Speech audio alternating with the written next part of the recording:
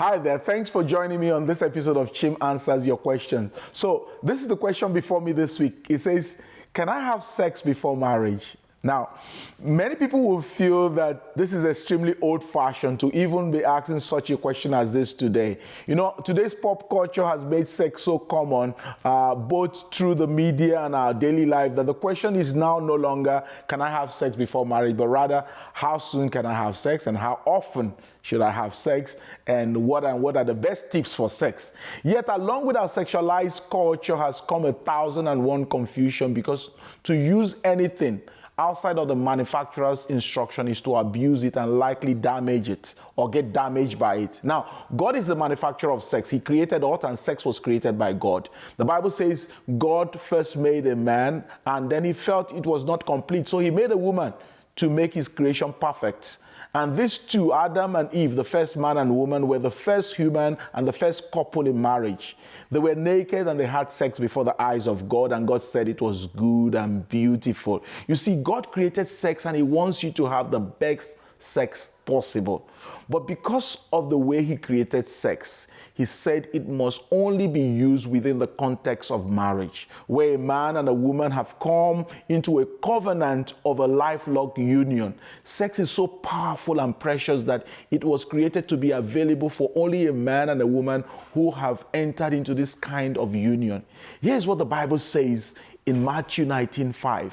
For this reason, a man will leave his father and mother and be united to his wife, and the two will become one flesh. Now, one flesh, they are speaking about even the physical relationship. Also in Hebrews 13:4, it says marriage should be honored by all, and the marriage bed, referring to sex in marriage, kept pure, for God will judge the adulterers and all the sexually immoral. Sex within marriage is something very pure and beautiful and good for everyone.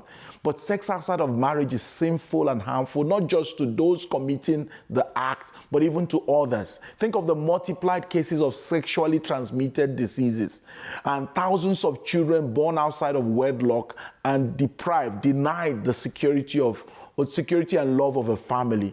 So yes, when we have sex outside of marriage, we sin against God. But not only do we sin against God, we open ourselves to all kinds of heartaches, because beyond the physical bonding that happens, there's something of our soul that bonds with the other person. So it's pretty much like this. Let me demonstrate this to you. So here I have two papers. Now imagine that this is the man and this is the woman who are having sex. So what happens is that not just that you come together, have sex and go. There is a gluing. There is a gluing that happens. It's a gluing. So here is two papers. And so imagine I take those two papers here, and here you have two people. So the one is the man, one is the woman, and then the sex is the gluing together. And when they come together, they actually are glued together. And in this gluing together, when they are together like this, when you finish, you don't go back and become the way you were. You actually end up leaving a bit of you with the other person. What God meant with sex is that when you're married and you're having sex, you keep gluing together and each of you are joined with the other. You never leave that person. But when you're having sex outside of marriage, you glue and you unglue, you glue and unglue. This makes people get to a stage where they're incapable of being sustained into a glued lifelong relationship. That's why there's so much increase of divorce today. So you see, when God talks about us having sex within marriage, he was actually thinking of our own good. He wanted us to be protected, to enjoy this gift in a place where it facilitates the gluing of two people together, which helps to bond you more in marriage and allows you to stay there until death do you part.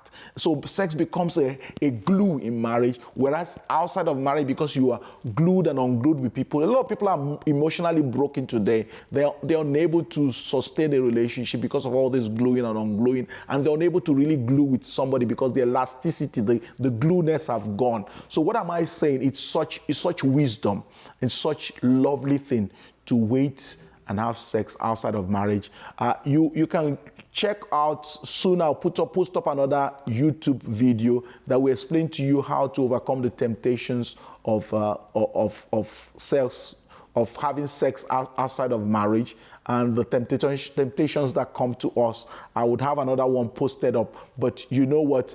I want to stop here today and just say that is why you shouldn't have sex outside of marriage. And God is able to give you the power so that you can live victoriously and not sin against Him. Thank you so much for watching this edition of Chim Answers Your Question. I'll come to you next time. Please remember to subscribe. God bless you.